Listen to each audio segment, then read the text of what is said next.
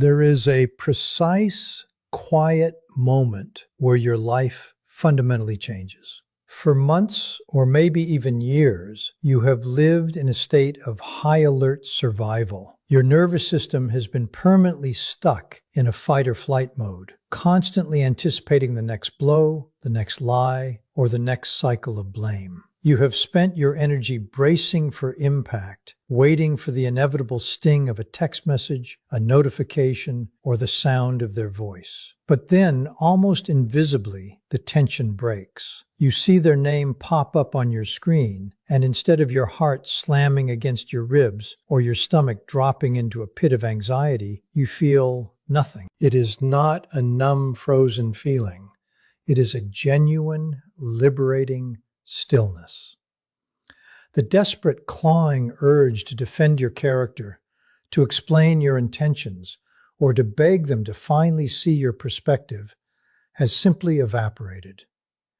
You no longer feel the need to argue with reality or to prove your worth to someone who was never actually listening. In that single fleeting second of silence, you have achieved a victory that no argument could ever provide. You have quietly stepped out of the complex, chaotic emotional web they meticulously spun around you. By refusing to play the game, you have effectively started to disappear from their world, and that is a reality they are completely unprepared to handle. To understand why this shift drives them to madness, you have to realize that people who manipulate through emotional control are not looking for a partner, they are looking for a fuel source. They do not need your genuine love, your loyalty, or your authentic self. They need your reaction. Think about every time they pushed a button, gaslit you, or twisted your words. They weren't just being difficult, they were conducting an experiment to see if they could still trigger a response. They need your voice to rise, they need your tears to fall, and they need those frantic 3 a.m. text messages where you try to make them understand your pain. Every time you provided a reaction, you gave them exactly what they were starving for: validation of their power. Your emotional labor was the mirror they used to gaze at themselves. When you cried, they felt powerful. When you defended yourself, they felt in control. When you apologized for things you didn't do, they felt superior. Your pain was their evidence that they still occupied the center of your universe. By choosing not to react, you aren't just ignoring them, you are smashing that mirror. When they look at you now, they no longer see a reflection of their own perceived dominance. They see a blank, impenetrable wall. And because they lack the inner substance to define themselves without your input, they are suddenly left in the dark, forced to confront the hollow version of themselves they have spent their entire life trying to escape. Indifference is the ultimate psychological dead zone for someone who thrives on manipulation, and it is the one frequency they simply cannot tune into. You have to understand that to them, all emotions are essentially the same currency. Whether you are screaming in rage, sobbing in despair, or even hating them with every fiber of your being, you are still giving them your energy. To them, anger is just a different form of engagement. It proves that you are still hyper-focused on them. Even your hatred serves a purpose, because it confirms that they have the power to occupy your thoughts, occupy your time, and dictate your moods. As long as you are feeling something intense toward them, they are still the, quote, main character in your story. However, indifference is a completely different beast. It is the absolute absence of an emotional footprint. When you become truly indifferent, it means you have stopped dedicating your mental real estate to their actions, their words, or their approval. They are no longer a guest in your inner world. They have been evicted, and the doors are locked. When they realize that you are no longer monitoring their life or reacting to their drama, they don't just move on, they begin to panic. This panic is driven by a deep, hollow fear of insignificance.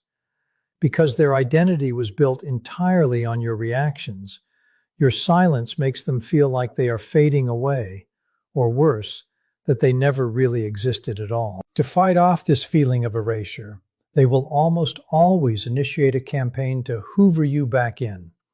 You will start seeing them reach out with messages that appear deceptively casual. Maybe they'll send a photo of a memory you shared, a song that used to be yours, or a sudden out-of-the-blue apology that sounds strangely perfect. Sometimes they will manufacture a crisis, a sudden illness, a career disaster, or a small problem that feels designed to pull on your heartstrings and force you to care again. But do not let these gestures fool you. They are not reaching out because they have had a change of heart or because they finally see your value. They are testing the leash. They are reaching out to perform a check of your nervous system. They need to know if you are still, quote-unquote, plugged in to their influence. They are searching for just one tremor of reaction, a response, a defense, or even a moment of frustration, because that single interaction is enough to let them know they still have access to you. It is a tactical move, not an emotional one. When you feel the urge to explain yourself or respond to their, quote-unquote, memory, recognize it for exactly what it is, a hook. The most powerful move you can make is to refuse to bite. By maintaining your stillness and denying them that validation, you force them to sit in the exact discomfort they have spent their entire life trying to avoid. You aren't just ignoring them, you are winning by simply existing in a state of peace that they will never be able to reach. When your silence persists and their attempts to provoke a reaction fall completely flat, they will move to the most desperate phase of their cycle, the narrative rewrite. Because they cannot handle the reality that you have moved on, they must construct a new, fictional version of events to protect their own fragile ego. They suddenly need to explain your departure in a way that keeps them as the victim and you as the villain. You will likely hear, often through mutual friends or social media, that you have become cold, heartless, or unrecognizable. They will tell anyone who will listen that you are the one who changed, that you are the one who became distant, and that you are the one who destroyed what you once had. This is not a misunderstanding. It is a strategic character assassination meant to shift the blame so they don't have to face the truth of their own behavior. As part of this performance, they will begin to curate a version of their life designed specifically for your eyes. They will launch a massive marketing campaign of their own happiness, often parading a new partner with theatrical intensity. Every photo, every post, and every public appearance is calculated to make you feel like you were the problem and that they are perfectly fine without you. They want you to look at their new life and feel a flicker of jealousy or a sense of what if. They want you to believe that you were replaceable, hoping this will finally provoke you into breaking your silence.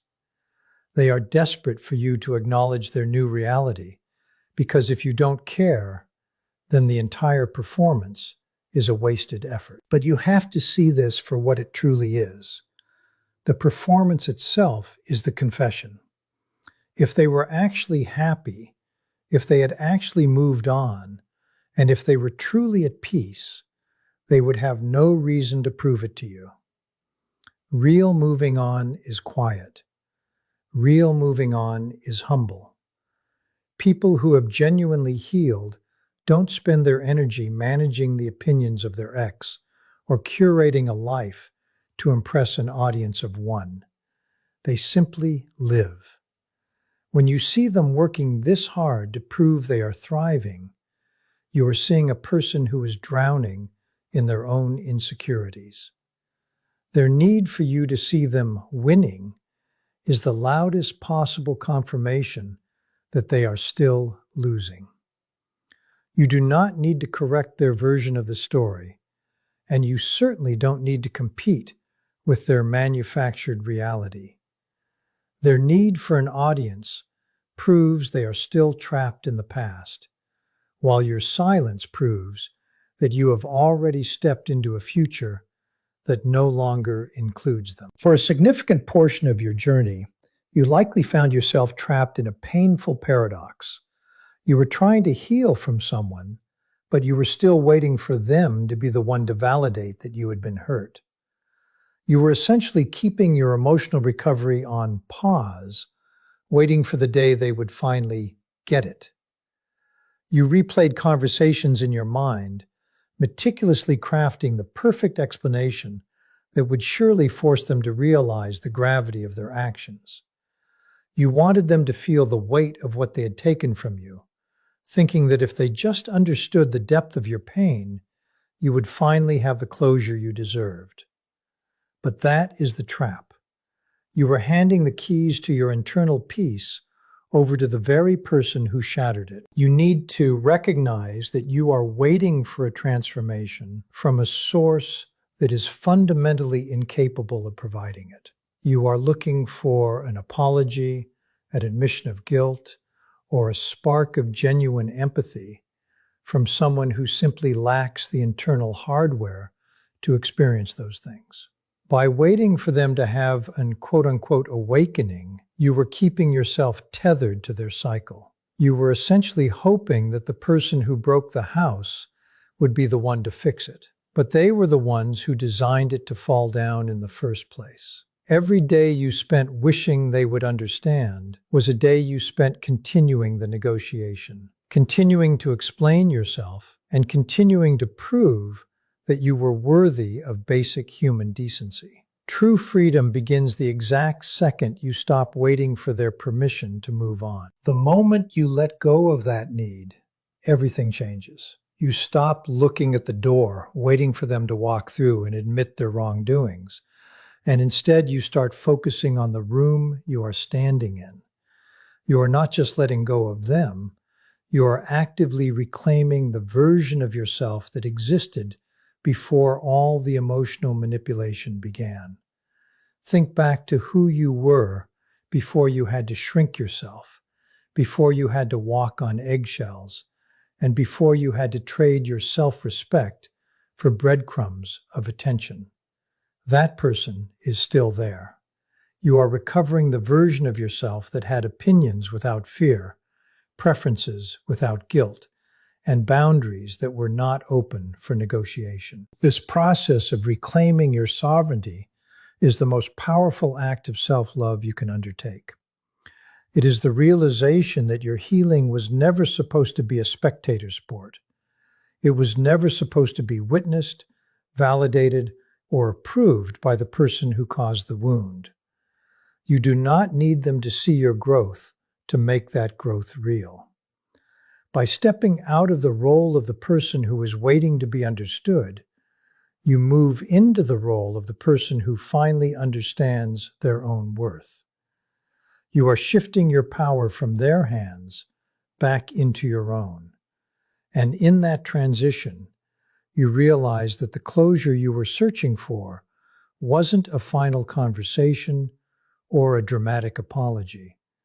It was simply the moment you decided that you no longer needed them to have the final word. There is a profound difference between becoming cold and becoming whole. And it is a distinction that people who have survived emotional manipulation often struggle to grasp. You might fear that your newfound silence and your refusal to engage with the drama is a sign that you are hardening your heart or losing your capacity for empathy. Let go of that fear immediately. You are not turning into a cold person. You are simply returning to a state of being whole. For years, you were fractured, constantly carving out pieces of your identity to feed a relationship that demanded your total erasure. Now you are gathering those pieces back together. Your sleep is finally becoming restorative rather than a frantic escape from the reality of your day. Your jaw, which has been clenched in a permanent state of subconscious stress, is finally relaxing. You are no longer scanning every room, every conversation,